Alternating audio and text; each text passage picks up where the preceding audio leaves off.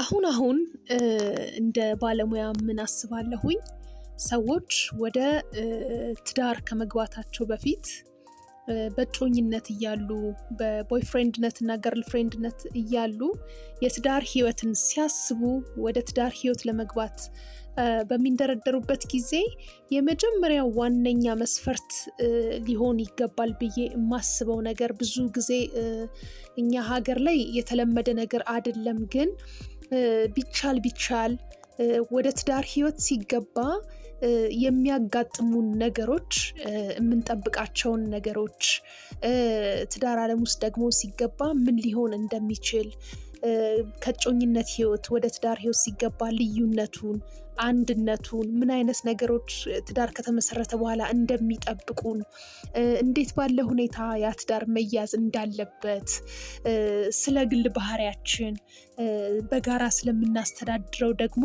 ጎጆ፣ እንደ አጠቃላይ ደግሞ ልጆች ከመጡ በኋላ በምን አግባብ መያዝ እንዳለብን፣ ጠቅላላ ስለ ትዳር ዓለም በደንብ ስልጠና፣ ትሬኒንግ፣ ኢቭን ፈተና ቢኖር ራሱ ጥሩ ነው ብዬ አምናለሁኝ፣ ጥሩ ነው ብዬ አስባለሁኝ። ምክንያቱም ትዳር ውስጥ ከተገባ በኋላ የሚመጡ ነገሮች ወደኋላ ለማየት የሚያስችሉን ነገሮች አይደሉም ካልባሱ በስተቀረ ማለት ነው። ስለዚህ እነዚህን ትዳር ውስጥ ያሉትን ነገሮች በስነ ስርዓትና በሚገባ መልኩ ለማስተናገድ እንደው ራሱን የቻለ ስልጠና ወደ ትዳር ለሚገቡ ሰዎች ቢሰጥ በጣም ጥሩ ነው ብዬ አምናለሁኝ። ምክንያቱም ከዚህ በፊትም ስለ ቅድመ ትዳር ስልጠና ትዳር ውስጥ ሲገባ ምን አይነት ነገሮች እንደሚያጋጥሙ ተጋቢዎች አስቀድመው አውቀው አስቀድመው ኃላፊነት ወስደው በስነ ልቦና በደንብ ተዘጋጅተው መግባት እንዳለባቸው አንድ ሁለት ሰዎች በደንብ ሲናገሩ ሰምቻለሁኝ እና በጣም ትክክል ናቸው። ሀሳባቸውን እኔም እደግፋለሁኝ። ምክንያቱም አንድ ጊዜ እንዳልኩት ትዳር ውስጥ ከተገባ በኋላ ወደኋላ አይደለም የሚታየው፣ ወደፊት ነው እንጂ። ነገር ግን ከበድበድ ያሉ የባሱ ነገሮች በተለይ ደግሞ እኛ ሀገር እንደ ታዳጊ ሀገርም ገፈት ቀማሽ እየሆኑ ያሉት ሴቶች ናቸው እና እነሱ ላይ ብዙ ነገር እየተስተዋለ ይታያል እና እንደው እንዳልኩት በደንብ ስልጠና ተሰጥቶ ኃላፊነትን አውቆ ሰው ቁርጠኛ ሆኖ ወደ ትዳር ቢገባ በስነ ልቦና ተዘጋጅቶ መልካም ነው ብዬ አስባለሁኝ። ብዙ ነገሮቻችንን አውቀን አይተን የሚገባንን ኃላፊነትና የሚገባንን ቁርጠኝነት ይዘን እንድንገባ ያስችለናል ብዬ አስባለሁኝ። አንዳንድ ጊዜ አንደኛው ወገን በጣም ጥሩ ሆኖ ለትዳር ተዘጋጅቶ ቁርጠኛ ሆኖ በሙሉ መንፈስ በሙሉ ሁኔታ ይገባል። ሌላኛው ወገን ደግሞ ገና ገብቶ የሚያየው ገና ገብቶ እንዴት ነው እንደ ትራያል ኤንድ ኢረር አይነት ነገር የሚሆንበት ሁኔታ አለ። ስለዚህ ሁለቱ ደግሞ አንድ ላይ ሲሆን አስቸጋሪ ይሆናል እና ሁለቱም ቁጭ ብለው ሰልጥነው ነገሮችን በደንብ ተረድተው ተገንዝበው እንደ ማንኛውም ኃላፊነት እንደሚወሰድበት ነገር የህይወት አካል ትልቁ ነገር ነውና ይሄ ስልጠና ቢወሰድ በጣም ጥሩ ነው ብዬ አስባለሁኝ። በተለይ ደግሞ ሴቶች ይሄን ነገር እንደው ብታስቡት በደንብ ብዙ አይነት ነገሮች እየታዩ ነውና ይሄን ነገር እስኪ እንደ ሀሳብ ብታስቡት፣ በተለይ ወደ ትዳር የምትገቡ ሴቶች ይሄን ነገር ብታዩት ጥሩ ነው ብዬ አስባለሁኝ፣ ጥሩ ነው ብዬ አምናለሁኝ። ዛሬ ማየው ከትናንትና ወዲያ የሰራሁት ቪዲዮ አለ። የዛ ክፍል 2 ነው።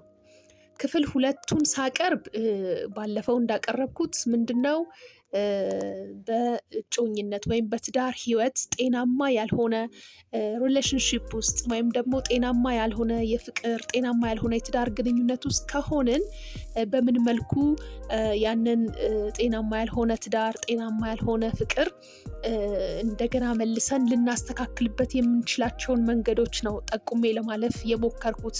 በተወሰነ ደረጃ እነዚህ ጤናማ ያልሆኑ መገለጫ ባህሪያቶችን በተወሰነ ደረጃ ገልጫለሁኝ። ግን በዛሬው ቪዲዮ ደግሞ በደንብ በጥልቅ ማለት ነው ምን እንደሚመስል እነዚህ አስጠንቃቂ የሆኑ ጤናማ ያልሆኑ ግንኙነት፣ የፍቅር ግንኙነት፣ የትዳር ግንኙነት ሲያጋጥም እነዚህ አስጠንቃቂ የሆኑ ባህሪያቶች ይታያሉ። ነገር ግን እነዚህን ነገሮች በደንብ ማየት ማስተዋል ይኖርብናል።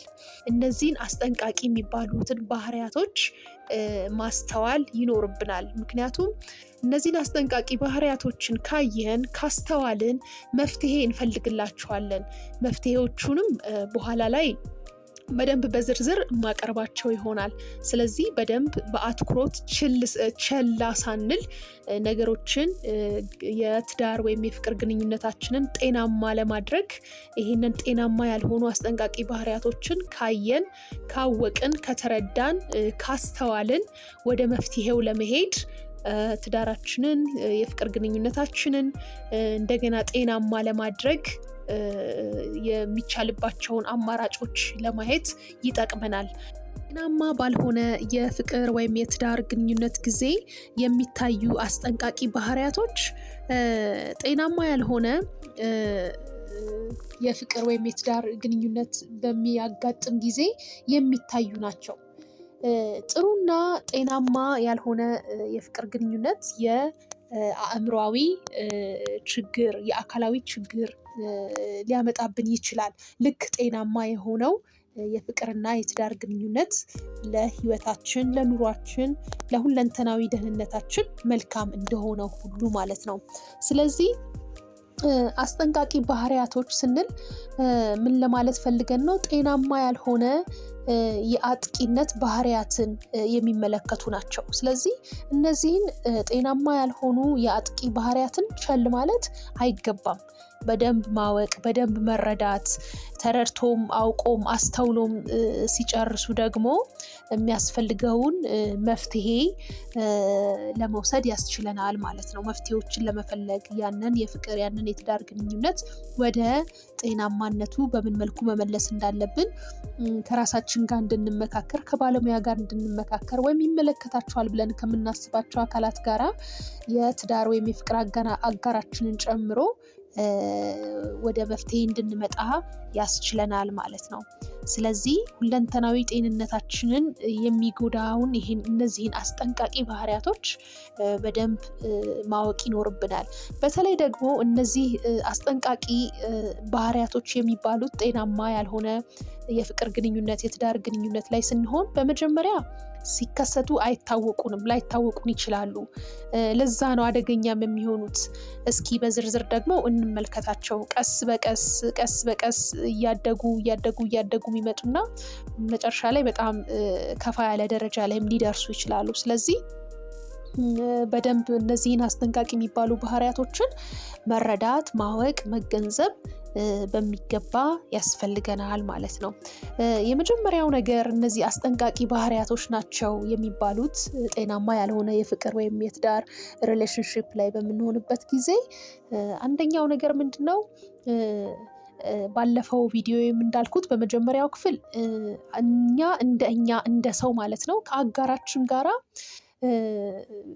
ባል እንደ ባል ከቤተሰቡ ይዞት የሚመጣው፣ ካስተዳደጉ ይዞት የሚመጣው፣ ከተፈጥሮ ደግሞ ይዞት የሚመጣው ባህሪ አለ። እሱነቱን የሚገልጸው እንዴት ነው ያደገበት የሚያንጸባርቀው ባህሪ አለ፣ የተማረው ነገር አለ። ኔቸር እና ነርቸር ይባላል። ስናድግ ይዘነው አይተነው የምናድገው ነገር አለ፣ ባህሪያችንን የሚቀርጽልን። እንደገና ደግሞ በተፈጥሮ የምንኖርሰው ነገር አለ፣ በዘር ጄኔቲካሊ ማለት ነው ከቤተሰቦቻችን። ያንን ይዘን ነው የምንመጣው። ሴቷም ልክ እንደዛው ያደገችበት ማህበረሰብ አለ፣ ከወላጆቿ ይዛው የምትመጣው አለ፣ ከትምህርት ቤት አለ፣ ማስተዳደግ ብዙ ነገር አለ። ያንን ባህሪ ነው ይዛ የምትመጣው። ስለዚህ ሁላችንም የራሳችን የሆነ አስተሳሰብ አለን ማለት ነው። ስለዚህ አንድ ሴትና ወንድ በፍቅር ሲጣመሩ ወይም በትዳር ሲጣመሩ ያንን ማንነታቸውን ነው ይዘው የሚመጡት። የራሳቸው መርህ፣ የራሳቸውን የሆነ አስተሳሰብ፣ የራሳቸውን የሆነ እይታ ይዘው ይመጣሉ። ነገር ግን ባልና ሚስት ከሆኑበት ጊዜ ጀምሮ እንደ አንድ ነው የሚቆጠሩት፣ እንደ ሁለት አይደለም። ሆኖም ይሄ አንድነታቸው ግን ምንድን ነው? ይሄንን ስብዕናቸውን ማጥፋት ማለት አይደለም። ስብዕናቸውን እንደሌለ መቁጠር ማለት አይደለም።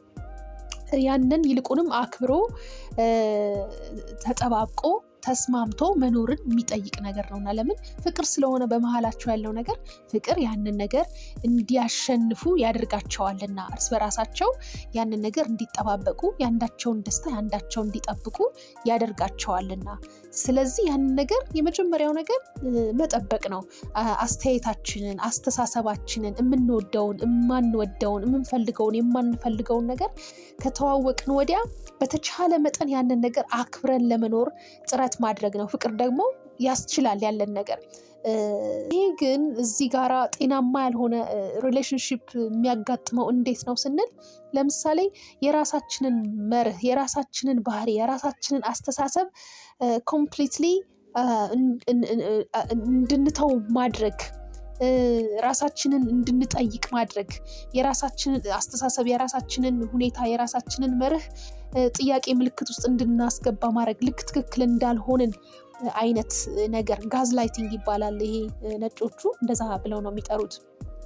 የራሳችንን አስተሳሰብ የራሳችንን ነገር ጥያቄ ምልክት ውስጥ እንድናደርግ ክብር እንዳንሰጥ ይሄ ነገር እንዴት ነው ብለን ሁለት ጊዜ እንድናስብ ስለዛ አመለካከታችን እድሜ ልክ ይዘነው ስለመጣ ነው ነገር እንዳልኳችሁ አስተሳሰብ አመለካከት ባክግራውንድ ብዙ ነገራችን ሳይኮሎጂካል ሜካፕ ብዙ ነገራችንን ጥያቄ ውስጥ የሚከት ነገር እንደገና ደግሞ በቀን ተቀን ነገራችን በኮሚኒኬሽናችን በተግባቦታችን ሁል ጊዜ የኛን እይታና የኛን አቋም ጥያቄ ውስጥ ማስገባት እኛ ራሳችን ጥያቄ ውስጥ እንድናስገባ ማድረግ ልክ ትክክል እንዳልሆንን አይነት አነጋገር ትክክል እንዳልሆንን አይነት አተያይ መታየት ይሄ ጋዝላይቲንግ ይባላል። ስለዚህ ሁል ጊዜ የራሳችንን ነገር ዋጋ እንዳንሰጥ ልክ ጥፋተኛ እንደሆንን አይነት እንድናስብ መደረግ ይሄ አንደኛው ነገር ነው። አንደኛው ጤናማ ያልሆነ መገለጫው ነው፣ ሪሌሽን መገለጫው ነው። ሌላኛው ደግሞ ከምንወዳቸው ከቤተሰቦቻችን ከጓደኞቻችን ከዘመዶቻችን መለየት ኮምፕሊትሊ ማለት ነው። ለምሳሌ ትዳር ከተመሰረተ ወይም የፍቅር ጓደኝነት እጮኝነት ላይ ከሆነ ያ የፍቅር የትዳር ጓደኝነት እጮኝነት ራሱን የቻለ ህይወት ራሱን የቻለ ዓለም አለው። ደግሞ የቤተሰብ የእህት የወንድም የዘመድ የጓደኛም ጊዜም ደግሞ በተቻለ መጠን ባላንስድ በሆነ ሁኔታ አንደኛው የአንደኛውን በማይነካበት ሁኔታ በተቻለ መጠን ሚዛናዊ በሆነ ሁኔታ ሊኖር ይገባል። ከቤት ኑሮ ትዳር መስርተን ወጣን እንጂ ተቆራረጥን ማለት አይደለምና ከቤተሰብ ከጓደኛ ከዘመድ ስለዚህ የቤተሰባችንን የራሳችንን የትዳር አጋራችንን የልጆቻችንን ሰዓት በማይነካ መልኩ ለቤተሰብ ለጓደኛ ለዘመድ የተወሰነ ጊዜ መስጠት ምንም ማለት አይደለም። መገናኘት ማውራት መጫወት ከዘመድ ጋራ መገናኘት እንዴት ናችሁ መባባል ጤናማነት ነው። ስለዛ ከነዚህ አካላቶች መቆራረጥ የለብንም። ነገር ግን ጤናማ ያልሆነ ሪሌሽንሺፕ ውስጥ ከሆንን ከነዚህ ቤተሰቦቻችን ጓደኞቻችን ዘመዶቻችን ጋራ የማቆራረጥ አይነት ሁኔታ ሊኖር ይችላል። ስለዚህ ይህኛውንም ኮንሸስ መሆን አለብን። እንደገና ደግሞ ላቭ ቦምቢንግ የሚባል ነገር አለ። ላቭ ቦምቢንግ ማለት ምን ማለት ነው? በመጀመሪያ የፍቅር ጅማሬዎች ወቅቶች ወራቶች በተለይ በእጮኝነት ወይም በገርል ፍሬንድነት እና በቦይ ፍሬንድነት ጊዜ ስንሆን ስቴፑን ጠብቆ አለመሄድ ለምሳሌ ቶሎ ብሎ ከመጀመሪያው የጠበቀ የትዳር የጠበቀ የፍቅር ቁርኝት መመስረት በጣም የጠበቀ ስቴፑን ለምሳሌ መጀመሪያ መተዋወቅ ነው። ቀጥሎ ቀስ እያለ ስቴፑን ጠብቆ ነው በደንብ መጥበቅ በደንብ መያዝ በደንብ ማደግ ያለበት ያ የፍቅር ግንኙነት። ነገር ግን በመጀመሪያው ስቴፕ በጣም የጠበቀ ነገር ማሳየት ገና ከጅምሩ የበዛ ትኩረት መስጠት የበዛ ፍቅር ማሳየት የበዛ ቁርኝት ማሳየት ከዛ በኋላ ቆይቶ ይሄ ነገር ምን ይሆናል? ወደ ከፍተኛ ቁጥጥርና ክትትል ጤናማ ወዳልሆነ ሪሌሽንሺፕ ይቀየራል። ይሄ ላቭ ቦምቢንግ ይባላል። ወይም የሆነ ከመጠን በላይ በሆነ አትኩሮት ከመጠን በላይ በሆነ ፍቅር ከመጠን በላይ በሆነ እንዴት ነው ቁርኝት ማጥለቅለቅ በመጀመሪያዎቹ ሰሞናቶች ማለት ነው። ይሄ በኋላ ላይ ወደ ምን ይቀየራል? ወደ ቁጥጥር ሊቀየር ይችላል። እና ይህንንም ማስተዋል ይገባል። የፍቅር ወይም የትዳር ሪሌሽን ላይ ስፔሻሊ ደግሞ የፍቅር ሪሌሽን ላይ ስንሆን ይሄን ነገር ማስተዋል በጣም ያስፈልጋል።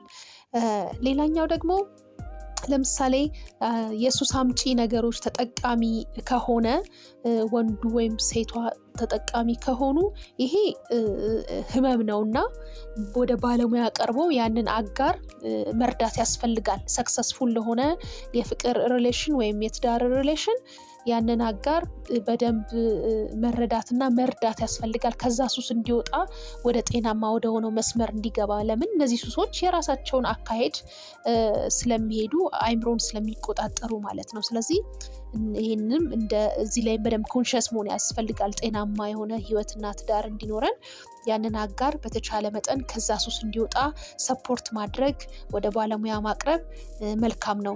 ሰክሰስፉል የሆነ ትዳር እንዲኖረን በስነ ልቦናም በፍቅር ግንኙነትም ፋይናንሺያሊም ጥሩ ያደርገናል ማለት ነው፣ ከዚህ ሱስ የተላቀቀ ሪሌሽንሽፕ ሲኖረን። ሌላኛው ደግሞ ቁጣን ያለመቆጣጠር ሁኔታ፣ ስሜትን መቆጣጠር ያለመቻል። ይሄም ራሱን የቻለ የሆነ ስልጠና የሚያስፈልገው ነው። ቅድም መጀመሪያ ላይ እንዳልኩት ወደ ትዳር ወይም ወደ ፍቅር ግንኙነት ሰው ሲያስብ ትሬኒንግ ያስፈልገዋል እና ቁጣን የመቆጣጠር የራሱ የሆነ መንገዶች አሉት። ስሜትን መቆጣጠር የራሱ የሆኑ መንገዶች አሉት። እነዚህን ነገሮች በደንብ አድርገን ማሰብ ይኖርብናል። ቁጣን የማይቆጣጠር ከሆነ አጋራችን ስሜቱን መቆጣጠር ካልተቻለ በጣም አስቸጋሪ ነው። ለምሳሌ ሁልጊዜ እኔ የማነሳው የመኪና ሲነዳ የ3 ሰከንድ ህግ የሚባል ነገር አለ አይደለ? በዛች ሰከንድ ውስጥ የሆነ ነገር ሊሆን ከነበረ ራሳችንን በመቆጣጠራችንና በመክታታችን የሚያልፍ ነገር ይኖራል። ስለዚህ ሁል ጊዜም ትዕግስት ወሳኝነት ያለው ነገር ነው በሪሌሽን ሺፕ ላይ ማለት ነው። ስለዚህ እነዚህን ነገሮች በደንብ ኮንሸስ መሆን ያስፈልጋል። ቁጣን ያለመቆጣጠር ከባድ ነው። ስሜትን መቆጣጠር አለመቻል በጣም ከባድ ነው። ስነልቦናዊ ብቻ ሳይሆን አካላዊም ሊሆን ይችላል። ይሄ ነገር ፊዚካሊም ወደ ፊዚካሊም ጥቃት ሊቀየር የሚችልበት ፖሲቢሊቲው ከፍተኛ ስለሆነ፣ ስለዚህ እነዚህ ነገሮች ሲታዩ አሁን ኮንሸስ መሆን ያስፈልጋል፣ መንቃት ያስፈልጋል። ሌላኛውና ዋነኛው ደግሞ አካላዊና አእምሯዊ ስሜታዊ ጥቃት የሚባለው ነው። ጤናማ ያልሆነ ሪሌሽንሺፕ የሚገለጥባቸው ባለፈው በክፍል 1ም ገልጬዋለሁኝ። ይሄኛው ነው። የአእምሮ የስሜት ጥቃት ለረዥም ጊዜ የመቆየት ባህሪ ያለው፣ በተፈጥሮ በጣም ለረዥም ጊዜ የመቆየት ባህሪ ያለው፣ የመጉዳት ባህሪ ያለው፣ ከውስጣችን እስኪወጣ ጊዜ የመፍጀት ባህሪ ያለው። ሌላኛው ደግሞ አካላዊ ጥቃት ነው። በሪሌሽንሺፕ ማንም ሰው ማንንም የመንካት መብት የለውም በፍጹም። ሆኖም እንዲህ አይነት ነገሮች ይታያሉ፣ አካላዊ የሆነ ጥቃቶች ማለት ነው። ቢቻል በተቻለ መጠን ነገሮችን በኮሚኒኬሽን መጨረስ ነው የሚገባው እንጂ እንደዚህ አካላዊ ነገር ማድረስ አንደኛ ያለውን የፍቅር ሪሌሽንና የፍቅር ግንኙነት በጣም በከባዱ ያበላሸዋል። ሁለተኛ የህግ ተጠያቂነትም አለ፣ ወንጀልም ጭምር ስለሆነ ማለት ነው። ስለዚህ እነዚህ ነገሮች ኮንሸስ መሆን ያስፈልጋል። ሰውን ፊዚካሊ አታክ ማድረግ ወይም በአካል ማጥቃት ብዙ አይነት ውጤት ስላለው ማለት ነው። ስለዚህ በፍጹም የአካል ጥቃት ተቀባይነት የሌለው ነገር ነው፣ በፍጹም በምንም ሁኔታ ማለት ነው። ስለዚህ ያለው ተጠያቂነት ብዙ አይነት ነው። የትዳር አጋር በስነልቦና መጉዳት አለ፣ በአካል መጉዳት አለ፣ እንደገና ደግሞ ወንጀልም ጭምር ስለሆነ ማለት ነው። ስለዚህ ይሄን ነገር በደንብ እዚህ ላይም በደንብ ኮንሸስ መሆን ይገባል። ሌላው የስሜት ድጋፍ ማሳጣት፣ ክብርን፣ እምነትን ማሳጣት። እምነት በጣም መሰረታዊ ነገር ነው በሪሌሽንሺፕ። ሁል ጊዜ የጥርጣሬ ባህሪ መታየት፣ እምነት ያለመኖር መታየት እጅግ በጣም ያንን ትዳር ያንን ህይወት የማሻከር የመበጥበጥ አቅሙ በጣም ከፍተኛ ነው። ስለዚህ እነዚህን ነገሮች ላይ በደንብ ኮንሸስ መሆን ያስፈልጋል። በደንብ ምን አይነት ሪሌሽንሺፕ ውስጥ ነው ያለሁት? እንዲህ አይነት ነገሮችም አሁን ያልኳቸው ነገሮች የሚታዩ ከሆነ ደግሞ በምን አግባብ ነው ይሄንን ሪሌሽንሺፕ እንዴት ነው ላስታምመው የምችለው? እንዴት ነው ሊታከም የሚችለው? በምን አግባቡ ነው መያዝ ያለብኝ? እንዴት ነው መንቃት ያለብኝ የሚለውን ነገር በደንብ ማሰብ ያስፈልጋል ማለት ነው። ስለዚህ በቀጣይ የምናያቸው ነገሮች እንዴት ነው ይህንን ነገር ማስተናገድ የሚኖርብን የሚለውን ነገር እንመለከታለን። ስለዚህ እንደ አጠቃላይ ማለት የምፈልገው እነዚህ ከላይ የጠቀስኳቸው ነገሮች በአንድ የፍቅር ወይም የትዳር ግንኙነት ላይ የሚታዩ ከሆነ መንቃት አለብን። በትክክል ሪሌሽንሺፓችን ወይም የፍቅር ወይም የትዳር ግንኙነቱ ህመም ላይ ነው ማለት ነው። ስለዚህ ነቅተን በደንብ እንዴት አድርገን መያዝ እንደሚገባን፣ ለምሳሌ ባለሙያ ማማከር የሚገባን ከሆነ ባለሙያ ማማከር አንደኛው መፍትሄ ነው። በዙሪያችን ያሉ ሰዎች ሰፖርት መጠየቅ፣ በትክክል ሊረዱን የሚችሉ ሰዎች ከሆኑ፣ በትክክል ሊያግዙን የሚችሉ ሰዎች ከሆኑ የእነዛን ሰዎች እርዳታና ድጋፍ መጠየቅ አስፈላጊ ነው። የሃይማኖት አባቶች ትልቅ ሚናን ይጫወታሉ። የሃይማኖት አባቶች በሃይማኖት ደግሞ ብዙ ጊዜ የትዳርን የፍቅርን ሁኔታ ያያሉ፣ ይመለከታሉ። ማስታረቅ ብቻ ሳይሆን መሰረታዊ የሆነ መፍትሄም እንዲሰጡን የሃይማኖት አባቶችንም ማናገር መልካም ነገር ነው።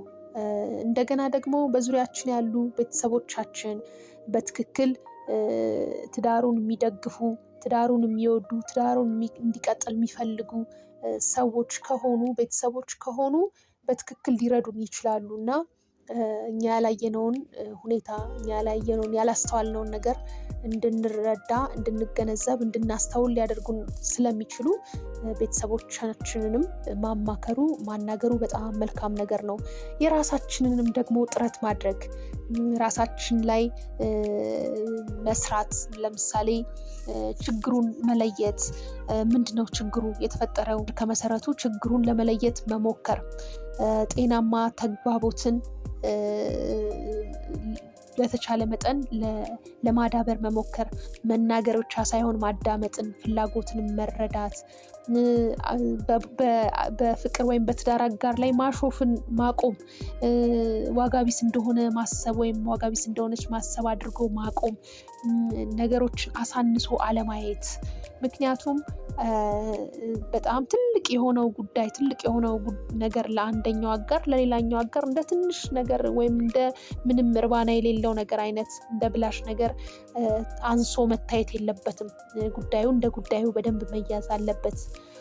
ሌላው ደግሞ እንዳልኳችሁ ቅድም ለምሳሌ የሱስ ችግር ካለ እነዚህን ችግሮች ተረድቶ ያ አጋር ትክክለኛውን መፍትሄ፣ ትክክለኛውን ሕክምና አግኝቶ ጤናማ ወደሆነ ማንነቱ እንዲመለስና ለትዳሩም ጤና እንዲሰጥ ማድረግ ይገባል። ርህራሄን በማሳየት፣ ሀዘኔታን በማሳየት፣ ችግሩን መነሻ በማየት ለባለሙያ አቅርቦ ወደ ጤና እንዲመለስ ማድረግ ሌላኛው መፍትሄ ሊሆን ይችላል። ሌላኛው ደግሞ እንዳልኳችሁ ባለሙያ በጣም ወሳኝ ነገር ነው። ቴራፒ፣ ሙያዊ ድጋፍ መጠየቅ ባለፈውም ብየዋለሁኝ። ምንድነው ኋላ ቀርነት አይደለም። ወይም ደግሞ እንዴት ነው እንደ ታቡ ነገር፣ እንደ መጥፎ ነገር፣ መደረግ እንደሌለበት ነገር የሚታይበት ሁኔታ አለ። ግን እንደዛ አይደለም። እንዲያውም ቴራፒ መውሰድ፣ ባለሙያን ማማከር የፍቅር ወይም የትዳር ሪሌሽንሺፑ እንዲቀጥል የመፈለግ፣ እንዴት ነው እንዲሰራ የመፈለግ፣ እንዲታከም፣ እንዲያገግም፣ እንዲድን የመፈለግ አንደኛው እንደውም ፍላጎት የሚታዩበት ያንን ማድረጋችን ነው። ብልህነትም ነው፣ አዋቂነትም ነው። ቴራፒ እንዲሰጠን መፈለግ፣ የትዳር አማካሪ፣ የፍቅር አማካሪ ጋር ሄዶ ካውንስሊንግ መውሰድ በጣም አዋቂነት ነው። እንደውም በጣም ትዳሩን፣ ፍቅሩን ሴቭ ማድረግ እንደምንፈልግ ማረጋገጫውም መንገድ ነው። ዘመናዊነትም ጭምር ነው። ስለዚህ ይህንን ነገር ከግምት ማስገባት በጣም ወሳኝነት ያለው ነገር ነው። ሌላኛው ደግሞ አሁን ላይ ማተኮር፣ የአሁኑ ህይወታችን፣ የአሁኑ ፍቅራችን፣ የአሁኑ ትዳራችን ላይ ትኩረትን ማድረግ ነው። ለምሳሌ ትዳር ላይ ከገባን በኋላ ባለፈውም ብየዋለው፣ እኛ ወደ ትዳር ከመግባታችን በፊት የፍቅር ጓደኛ ኖሮን ከሆነ ያንን የዛን የፍቅር ጓደኛ የዛን ህይወት የዛን ነገር እዛ ጋር ያጋጠመንን ነገር ፌል ያደረግንበት ነገር እያመጣን እዚህም ላይ ልክ እንደሚከሰት አይነት ነገር ማየት የፍቅር የትዳር አጋርን በዛ አይን ማየት፣ በዛ አይን መጠርጠር፣ በዛ አይን አለማመን እንደገና የአሁኑን ህይወት ደግሞ በዛ ባለፈው ነገራችን ለመተንተን ጥረት ማድረግ ይሄ በጣም ጥሩ አያደርገውም። እንደውም የባሰ ውስብስብ ነገር ውስጥ ነው የሚከተው። ስለዚህ አሁን ላይ ማተኮር ያለፈን ነገር ትቶ ያለፈውን ህይወት ያለፈውን ነገር ትቶ አሁን ላይ የአሁኑን ህይወታችንን ማተኮር ማስተዋል፣ መፍትሄ መሻት፣ መፍትሄ ማፈላለግ ያስፈልጋል። እንደገና ደግሞ አሁን ላይ ማተኮር ሲባል ከዚህ በፊት ግጭት ከነበረ ከዚህ በፊት ችግር ከነበረ ያንን ኦልሬዲ ሶልቭ የተደረገውን ነገር ትቶ አሁን ላይ የተከሰተውን ችግር እንዴት አድርገን መፍትሄ ፈልገንለት ማኔጅ ማድረግ እንችላለን የሚለው ላይ ማተኮር መልካም ነገር ነው። ስለዚህ እነዚህን ሁሉ ነገሮች ደግሞ አድርገን እንዳልኳችሁ እነዚህ መፍትሄዎችን ተጠቅመን ትዳራችን ወደ ጤናማነቱ፣ ፍቅራችንን ወደ ጤናማነቱ፣ ወደ ቀደመው ነገር ለመመለስ የሚገባንን ነገር ሁሉ ነገር አድርገን የማይስተካከል የማይለወጥ እንደውም ይልቁንም ለራሳችን ለህይወታችን የሚያሰጋን አይነት ሁኔታ ውስጥ የምንገባበት ከሆነ ደግሞ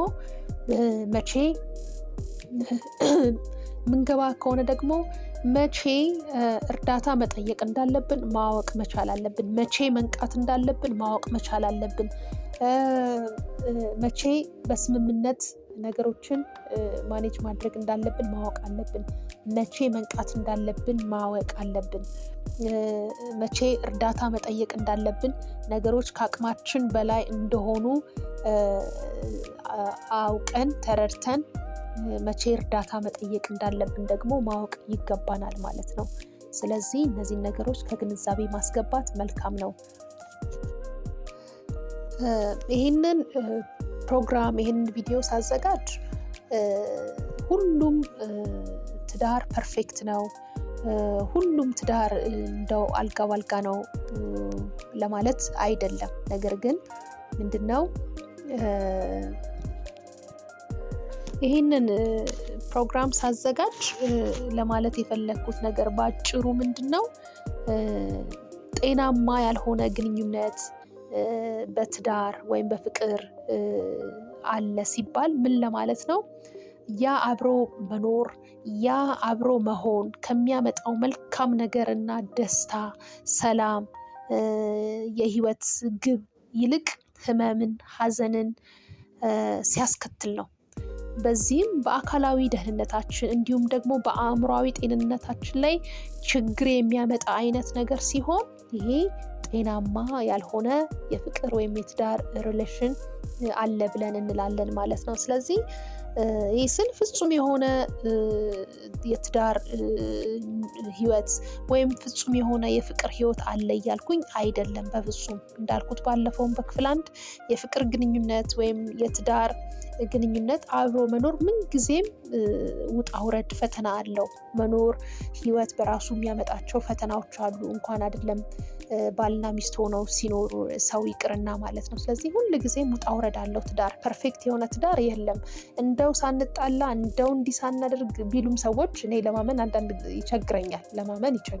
ለምን ሁል ጊዜ ሰዎች ያጋጠማቸውን ነገር እያሸነፉ በእርቅና በመስማማት በተቻለ መጠን ነገሮችን ማኔጅ በማድረግ በመረዳዳት አንዱን በማስቀደም በማስተዋል እግዚአብሔርም ሲፈቅድ ህይወቱ ኑሮ እየቀጠለ 40 ዓመት 50 ዓመት ሰዎች ያከብራሉ። በዛ ነው እንጂ ያለ እንቅፋት ያለ ውጣ ውረድ የሚኖር ትዳር የለም። በዋነኝነት ግን ዛሬ እኔ ማተኮር የፈለግኩት ምንድነው ርዕሰ ጉዳዬ ወደ ትዳር የገባንበት ወደ ፍቅር የገባንበት ዓላማ አለ። ነገር ግን ያ ዓላማ ያ የፍቅር የጋራ አብሮ መኖር ህይወትን መኖር ተደስቶ መኖር በትዳር የሚያመጣውን በረከት ለማግኘት ወደ ትዳር መግባት እነሱን ነገሮች እነዚህ ብለሲንጎቹ የትዳር መባረኮቹ በረከቶቹን ለማግኘት አስበን ነው የምንገባው ወደ ትዳር። አብሮ መኖር ደስታው፣ ፍቅሩ፣ ብዙ ጣዕሙ፣ ብዙ ነገሩ ደስ ይላል። ያንን ነው አብረን የምንገባው። እነዚህንም ይገጥማሉ የሚባሉ ነገሮችን ባላንስ እያደረግን በተቻለ መጠን ቅድም እንዳልኩት ነገሮችን ሚዛናዊ አድርገን እየተጓዝን ያ ትዳር መጓዝ መቀጠል ይችላል። ሆኖም ግን ጤናማ አይደለም ያ ትዳር፣ ጤናማ ያልሆነ ሪሌሽን ነው የሚያስብሉት ነገሮች ሲያጋጥሙ በምን አይነት ባህሪያቶች ይገለጣሉ? እነዛ ጤናማ ያልሆኑት ነገሮች እንዴት ባሉ ባህሪያቶች ነው የሚገለጡት? ስለዚህ እነዚህ ባህሪያቶች ደግሞ ሲገለጹ ምን ማድረግ ይኖርብናል? እንዴት ማድረግ ነው የሚገባን? እንዴት እናስታመው? እንዴት እንያዘው? ምን ያህል ድረስስ እንሸከመው? ከአቅማችን በላይና ከቁጥጥር ውጪ ደግሞ ሲሆን እንዴት አድርገን ማኔጅ እናድርገው? መቼ እንንቃ? የሚለውን ነገር ምንድነው ለመናገር ወይም ደግሞ ለማስገንዘብ ያህል ነው ይሄንን ቪዲዮ የሰራሁት ማለት ነው።